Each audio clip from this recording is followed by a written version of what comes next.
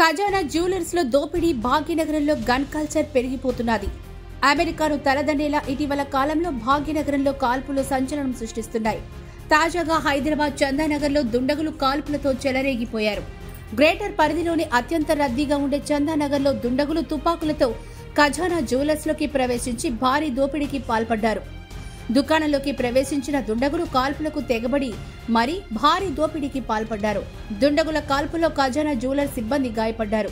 ఈ సంఘటన మంగళవారం ఉదయం జరిగింది.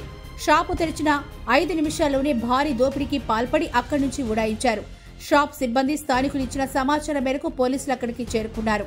కాల్పులు జరిపిన దోపిడీ జరిగిన తర్వాత దుండగులు జహీరాబాద్ వైపు వెళ్తున్నట్లు గుర్తించిన పోలీసులు జిల్లా సరిహద్దుల్లో పోలీసులను అప్రమత్తం చేశారు.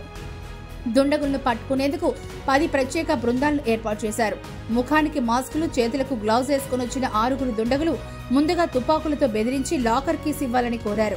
అయితే అందుకు ఖజానా జ్యువెలరీస్ మేనేజర్ నిరాకరించి వారిని ప్రతిఘటించాడు.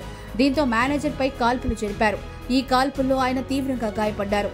ఆ దశలోనే ఖజానా జ్యువెలర్స్ లో పనిచేస్తున్న సిబ్బంది మొత్తం దుండగులపై తిరగబడ్డారు. దీంతో దుండగులు పారిపోయారు.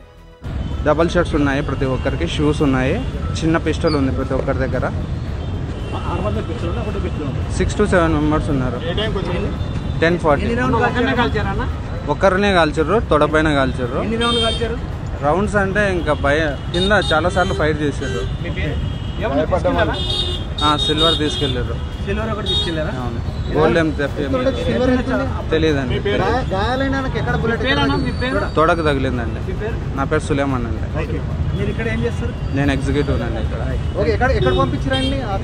PRK హాస్పిటల్ దగ్గర.